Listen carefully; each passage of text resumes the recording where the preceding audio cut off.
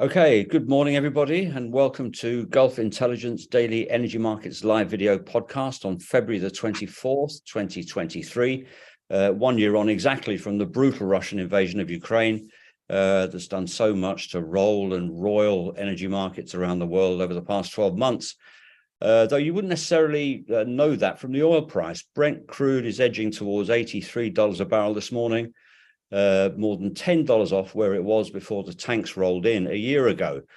There have been some ups and downs since then, of course, a high of about 127 in March, a low of 76 in December.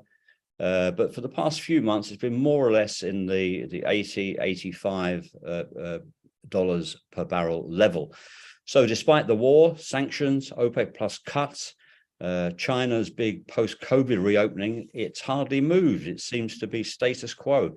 I've got three experts here this morning from around the world, great geographic spread, to tell us why this is, to reflect on a tumultuous year in geopolitics, and hopefully give us some indicators as to where we go next. Let me go first to Rachel Ziemba, founder of Ziemba Insights and adjunct senior fellow at the Energy Economics and Security Program at the Center for a New American Security in New York. Rachel, welcome from Dubai to you in New York in the middle of the night. Tell me, how do you explain the relative stability of oil markets in recent weeks and months? Thanks, Frank, and it's a pleasure to be here and unpack the trends with all of you. So I think the relative stability from beginning of it to end, of course, obscures a lot of gyrations in between. And we've seen many more actually in the natural gas and in the oil product markets. And I think that really reflects in some ways the success of measures like the price cap that was designed to redirect oil. And we might come back to what impact that really had on Russian revenues. Yeah, but I think that we've really seen in some ways a remarkable redirection of oil. But that I think poses a number of challenges to the future. The other thing I think we have to say is that demand is still soft, right? I'm sure we'll get into the inventory numbers. China obviously is open, is slowly reopening. I look forward to hearing what Victor has to say about that. But what we've continued to see is some trimming of supply from OPEC plus, and we've also seen this sort of support and attempt to put a price floor from the U.S. use of the Strategic Petroleum Reserve. Very different floors from the two groupings there. So I think it's a mixture of factors there. But I think as we head later in the year, it might not be quite as many fireworks as last year. But I think there's definitely I doubt we're going to stay flat all year. No, for sure. Lots of different pressures pulling it all over the place, aren't there? Amin Abbakr, Deputy Bureau Chief for Energy Intelligence here in Dubai. OPEC Plus and Saudi Arabia, two subjects on which you are expert. I'm sure that they would both claim the relative lack of volatility is because of their actions in stabilizing the market, and especially the 2 million barrel cut last October. Prince Abdulaziz bin Salman, the Saudi energy minister, has repeatedly pointed to the extreme volatility in other commodity resources, gas in particular, as proof that the oil market works. Is he right? Yeah, I think so, Frank. I mean, OPEC Plus have kept really a steady hand on policy, and the cut in October is very, very much justified, as we can see now. As we all saw, the reaction to it was kind of really overblown by the U.S. at the time. Maybe it was perhaps because of the elections. There were political reasons to that. But in terms of just fundamentals and what we're seeing right now unraveling in the markets, it has kept stability. And the sweet spot really for most OPEC Plus members, and particularly the ones in the Gulf, they're happy with, they never talk about price, but they are happy with this $80 price range, like keeping oil in the 80s. Right. So yes, Goldilocks range, as somebody called it. we should give them credit for this market stability, and in particular to Prince Abdulaziz, who has been a guiding force, really. And something he said recently, Frank, is that their intention is to keep this 2 million barrel per cut policy until the end of the year. That gives a level of stability and predictability. And that's why we're seeing, I mean, $80 to $90 is the new 60 to 70. And that's where Energy Intelligence is seeing prices. Okay. I saw that comment, and I'd like to unpick that a bit later, if we could, because I think that's very interesting and is something of a shift in policy. But let me go now to introduce Victor Yang, Senior Analyst at JLC Network Technology in Guangzhou in China. Victor, always good to have you. Welcome. Yes, my pleasure. My pleasure too. China is still buying Russian oil in quantity. Has this factor helped stabilize oil prices? I'm thinking of it putting a floor under global oil prices. OPEC plus oil is expensive, Russian oil is cheap. Will China go on buying Russian oil despite the sanctions in existence and the threat of more sanctions even? Yes, I think so. The country, particularly, well, now Chinese refineries are trying to cut their costs because well, you know, energy prices are still too high for them, and they face bad margins, and so they have been under margin pressure to buy cheap crude, and they have been trying to improve their technology to process such crude, heavier, sour crude. So that's why they're taking in more such grades. And in February, Russian crude, effectively, Victor. Yes, including. And in February, we can expect Asian crude to take about 18% of China's total import. Saying when we expect to see about 11.8 million barrels per day in February, we can expect slightly over 18% of Russian crude. Yes, and this will continue. Right. Sorry, just clarify that figure. The 11.8 million barrels refers to what? I mean, probably February imports. Right, okay. And how much of that from Russia? Well, 18%, slightly above 18%. Okay, the sound went off there. Yeah. Okay, right. So the answer is yes, China will continue despite, you know, we're hearing more suggestions of secondary sanctions, aren't we? And tougher sanctions. Rachel, I want to go to you on sanctions because that's one of your areas of expertise, I know. Just about a year ago, the most savage package of sanctions was introduced against Russia across a host of financial, economic, and commercial sectors. Energy sanctions, as we know, were eased in much more slowly in a series of carefully considered moves. But I think it's fair to say that the effect on Russia's economy has been less than expected. There's a piece on Bloomberg this morning saying that Biden's shock and awe tactics in sanctions are failing to stop Russia. Russia is still exporting in big quantities. The economic effect has been less damaging, allowing Putin to claim that the West is only hurting itself with sanctions. Is this true? So I don't think it's exactly true for two things. One, I actually think, if anything, we've seen that Russia's economy is maybe more resilient, and Russia quite willing to jettison what I think many of us would see are long-term economic interests in pursuing this war. But also, I think we've seen that some of the costs, particularly for the West, have also been manageable. Now, we can come back and obviously it's been manageable because European taxpayers have thrown a lot of money at the problem. They have scooped up particularly natural gas from around the world. I mean, there are repercussions to these moves. And to the commentator, I don't mean to say these measures are only about redirecting fuel. But I do think that one of the pervading underlying sort of trends, at least on the energy side of sanctions, was to cut Russian revenues, impair its medium term, degrade its capacity to wage war, but also to try to insulate the global economy from this.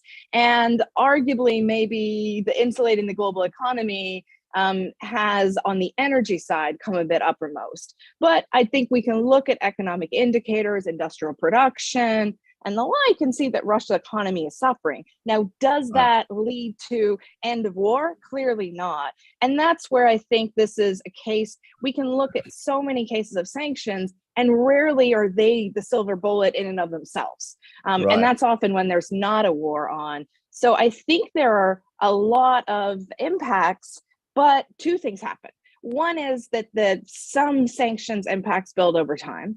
Two is that the choices, as you say, at the get-go, they were financial, they were long-term investment, they were export controls. And it really wasn't until the end of last year that Europe was willing to say no more Russian oil, or almost no more Russian oil. And so that was a later measure. And I do think it becomes challenging. I think Victor's right that we're going to see China continue to buy Russian oil, in part because the US is saying, don't supply military equipment, China, but do buy Russian oil. And so I think that unfortunately adds to some of the messaging. Now, I could talk about sanctions all day, and I want to hear from Victor and Amina and you, Frank. So maybe I'll stop there. Right. But just in a very short answer, is there any level of sanctions that will stop Putin from waging war? I think the answer is no, from what you just said. I have trouble reading his mind. I think a lot of us have trouble reading his mind. And so I think my answer is, I'm not sure what that level is. There might be, but I think it's unlikely to be sanctions alone. I think it's also military support and on the battlefield. And clearly, he is willing to allow the Russian economy to undergo a lot of economic stress because he believes this war is justified and worth fighting. Existential, as he said recently. Mm-hmm. I'm going to let me come back to you. OPEC Plus and Saudi Arabia in particular don't like sanctions, do they? One explanation often offered is that they think that they could eventually be used against OPEC. Does this rationale cut ice with you, or are they just trying to protect the interests of their ally, Russia, in OPEC Plus? It's very important first to highlight, Frank, that all the Gulf countries are against the war, and they voted against the war at the UN General Assembly. They want to see an end to this war. So that's one part. Having Russia as part of OPEC Plus does play into the interest of market management. And that's why Russia remains to be a fundamental part of that group. And we don't see Russia walking away, and we don't see members of OPEC or the greater OPEC Plus asking Russia to walk away from this group, because it's in everyone's interest to keep it intact. So I don't expect any changes to happen this year. In fact, I mean, Russia's so isolated right now, they're happy to be part of an alliance. And we've seen President Putin speak to the Algerian minister and Crown Prince Mohammed bin Salman ahead of JMMC meetings and ahead of OPEC meetings, and just indicating that I still have leaders that take my calls and we discuss the oil market. So they have sway in the oil market still, and this is something that they want to keep for the time being. Okay. There was a paper published recently by our very own Robin Mills and Ahmed Mehdi looking at the kind of long-term effects on this. It was published for Columbia University. The EU ban on Russian oil, crude implications for the Middle East. And it was a very good paper indeed. I really recommend people to read it. But it did kind of open up the possibility of increasing tension between Russia and other members of OPEC Plus, Saudi Arabia in particular. And OPEC Plus power relations will likely shift, the paper said, opening up a potentially new chapter for the organization. this sounds to me like euphemism speak for the breakup of the organization. I think this is what they're hinting at. But from what you're saying, Amina, this isn't going to happen in the near term, despite these conflicting pressures on Russia and Saudi Arabia. Yeah, I'll just give you two examples, Frank. We've had in 2019 Iran attacking facilities in Saudi Arabia and knocking out 50% of their capacity. Is Iran still a member of OPEC? Yes, they are. Why? Because this is in the interest of the group. You had instances where Iraq and Kuwait were at war. Did they both remain as members of OPEC, or did the organization split? No, they both still remain, because it's, again, in the interest of market management. And this is how OPEC operates. And they always highlight that they keep politics out of the door. Yes, sure, there might be tensions. And from our own reporting, we know that the deeply discounted barrels flooding into Asia is a concern for Gulf producers. But however, with the cut that we've seen recently from Russia, the 500,000 barrels per day, that cut is going to shrink the discount from discounts in the $30 range, almost $40, to $20 to $25. This is in the interest of Russia. I mean, they've done it just to focus on revenue. Right. And rather than volumes. And at the same time, it eases that tension that you're talking about with regards to market share and flooding. Okay. I wonder what the situation would be if Saudi Arabia later in the year decided it wanted to increase and Russia thought that was a bad idea. Rachel, what do you think on this? OPEC plus inner tensions? Yeah, so just to your example right there at the end, if Saudi Arabia wanted to increase, I'm presuming that would be under a context that demand was stronger, and that in that context, in which case I'm not sure that Russia would be against it necessarily, especially if, I mean, again, there's lots of ifs around discounts, and Russia, of course, is maybe, especially now, a price taker on transporting the fuel. We sort of, one of the biggest changes is that there's a lot more oil and oil products going by sea rather than by a pipeline, and that's had impacts obviously on tanker rates. So I tend to agree with Amina that, especially in the near term, the broad alignments and interests are going to stay, and you're going to have still only a few OPEC plus members that have much flexibility, and a lot of others, and maybe Russia will soon be in this camp, that might be struggling to meet their targets. Right. You think about places like Nigeria and other countries like that. Yeah. Amina, you raised this point earlier that Prince Abdulaziz said that there will be no change to OPEC supply this year. Period. He said, it a very definitive statement. Yeah, absolutely. Yeah. But this seems to me to be a distinct change in tone from earlier comments when the stress was laid on how OPEC and OPEC Plus needed to be flexible, proactive, all these comments, all these words were used. Why this shift, do you think? We're in a different point right now. I mean, we just came out of the pandemic fluctuations where OPEC Plus needed to meet every single month and adjust accordingly. Now, I feel that Prince Abdulaziz and OPEC Plus at large, they want to give a sense of stability, avoid volatility. So adding that layer of predictability is what is going to keep this market stable.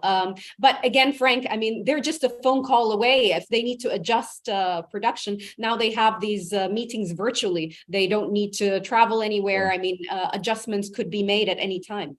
And the JWMC is still meeting regularly and can call an emergency meeting at any time. Meeting. Yeah. Okay. Yeah, very good point. Victor, it's been a significant week in Chinese involvement in the Russia-Ukraine war. The peace plan put forward recently, it doesn't seem to me to be offering anything significantly new. There were calls for a ceasefire and for negotiations, but I would like to get your view on this, and in particular your assessment of the level of influence that you think China has with Putin and with Russia. Can Beijing get him to change his mind about the escalation and duration of the war, which he seemed to, very firmly pin his colors to in the speech earlier in the week? This will be a long war. It will be an intense war, he said. Can China persuade him to ramp that down? Well, it's really hard, I would say. And first of all, you see, the US and European countries are sending weapons to Ukraine, and this is escalating the war. And it's not up to Russia to say, well, let's stop war, let's make peace. Well, it's just a fight between a country, and not just against a country, another country, but against a group now. And there's a lot of mediation to do if we want to make the deal. I mean, the peace talk take place. Right. And well, actually, China has been advocating for peace between the two countries. What has this war done to the world and the people? So, well, actually, some condemn, some say China supporting Russia, but actually, China is not supporting any party in this war. It doesn't want the war to go on. And what it even though President Putin and President Xi, soon after the invasion, or just before the invasion last year, they said that their relationship was without limits forever. That sounds like support from China for Russia to me. Well, when they say without any limits, they mean their cooperation can extend, but it doesn't mean if you go to war, I will go to war with you. It doesn't mean that China has been willing to do business with almost any country in the world.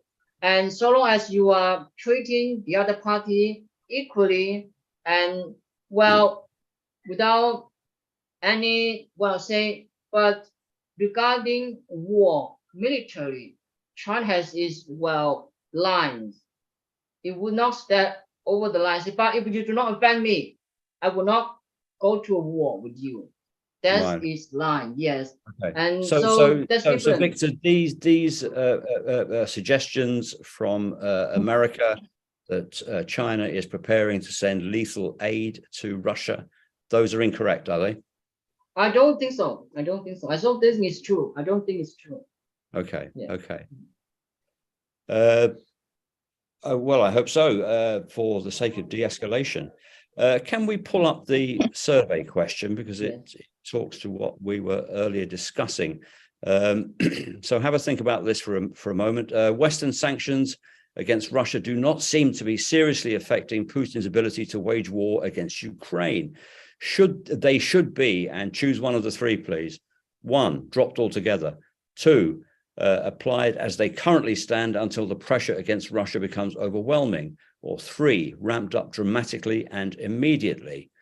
So if we can have your views on that, please, in the room. We'll come back to that, to have a look at the results a bit later. Victor, let me stay with you for a moment and get some kind of update from you on the status of China's post-COVID recovery. Yes. What's the consensus for GDP growth there this year? Well, I would expect it to grow by over 5%. And so far it has been going well. And when you go out, you see less people wearing face masks now on the street. So they're no longer concerned about the virus. They're going about their normal life now, basically just like the pre-pandemic. Yes, like pre-pandemic.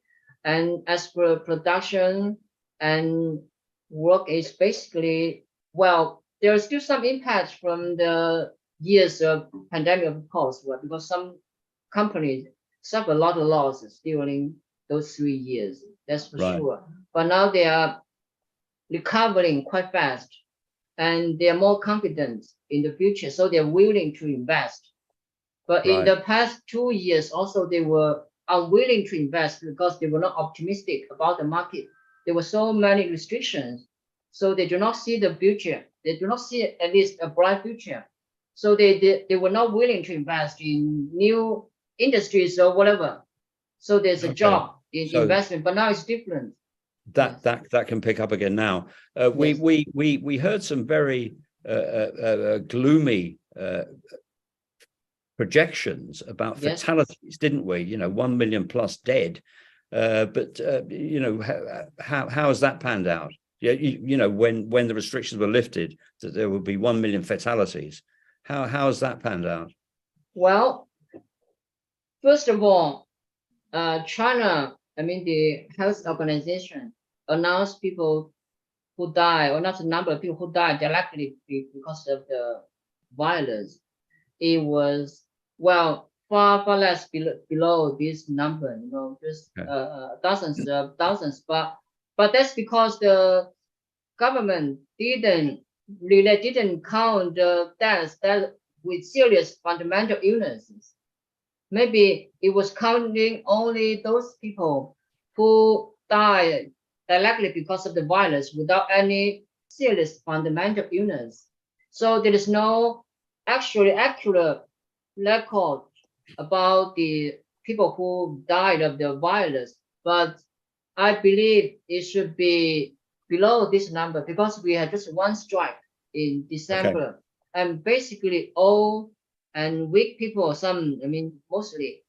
And in northern China, I heard people talk about this one more. I mean, they had seen more deaths than in southern China. Then in my place, say in my village, I had never heard of anyone die because of this virus. And so it's quite different between southern China and northern China. Yes. Well, that's interesting. That's very interesting. Amina, 5% plus GDP growth for this year in China. Some people have said that there will be a second half spike in oil prices because of Chinese demand. Does that kind of figure, 5%, does that cause such an increase in demand as to lift prices significantly? What's your assessment?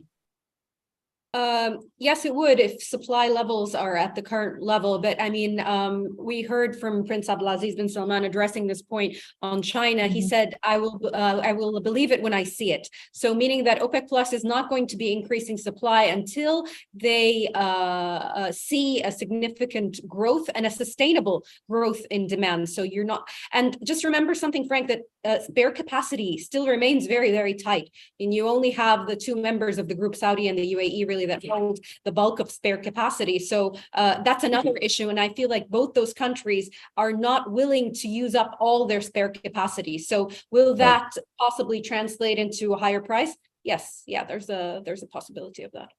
Okay. And you know, he did say period there will be no increase, but we are still of the firm opinion that it will stay the same throughout 23. Yeah. Yes or no? Yeah. Right. Okay. That's right. Good. Rachel, demand. What's your take on it? China demand. Yeah, I'm probably in the believe it when I see it, though some of the early signs have shown that especially in select products, it is sort of edging up. So I do expect over the course of the year, demand to get to, sort of demand to be a little bit more robust. In some ways, sort of warm winter in Europe and avoiding some of the recessionary pressures. Europe was never going to be a source of demand, but demand drop is maybe less than we were fearing, perhaps here in the US. But I think there's sort of a lot of moving parts with sort of a Fed that is not sure how much they're still going to have to slow the US economy, these question marks about how much support to Chinese property markets. And so I think it'll be a little stronger, but not a lot stronger. Okay, thank you. We've hit the witching hour. Our 30 minutes is up. Let's just look at the poll result. That is a significant number of people who want to drop sanctions altogether, I think, but otherwise quite evenly split. 30% want to increase them dramatically. That is an interesting result. I was going to ask you all about the energy transition, but we've run out of time. So I would recommend the very interesting piece by Adim Sirovich, which is on the reading list today, to have a look at that, please. And I think it's worth discussing that again another time. But look, the three of you, thank you. Victor in China, Amina here in inflationary Dubai. We were just talking about the massive inflation that's going on in Dubai and blaming the Russians. Sorry, and Rachel in New York. The three of you, thank you very much indeed. What a great pleasure today. Thanks a lot. See you again. Have a nice day. Thanks. Thank you. Have a great day. Bye.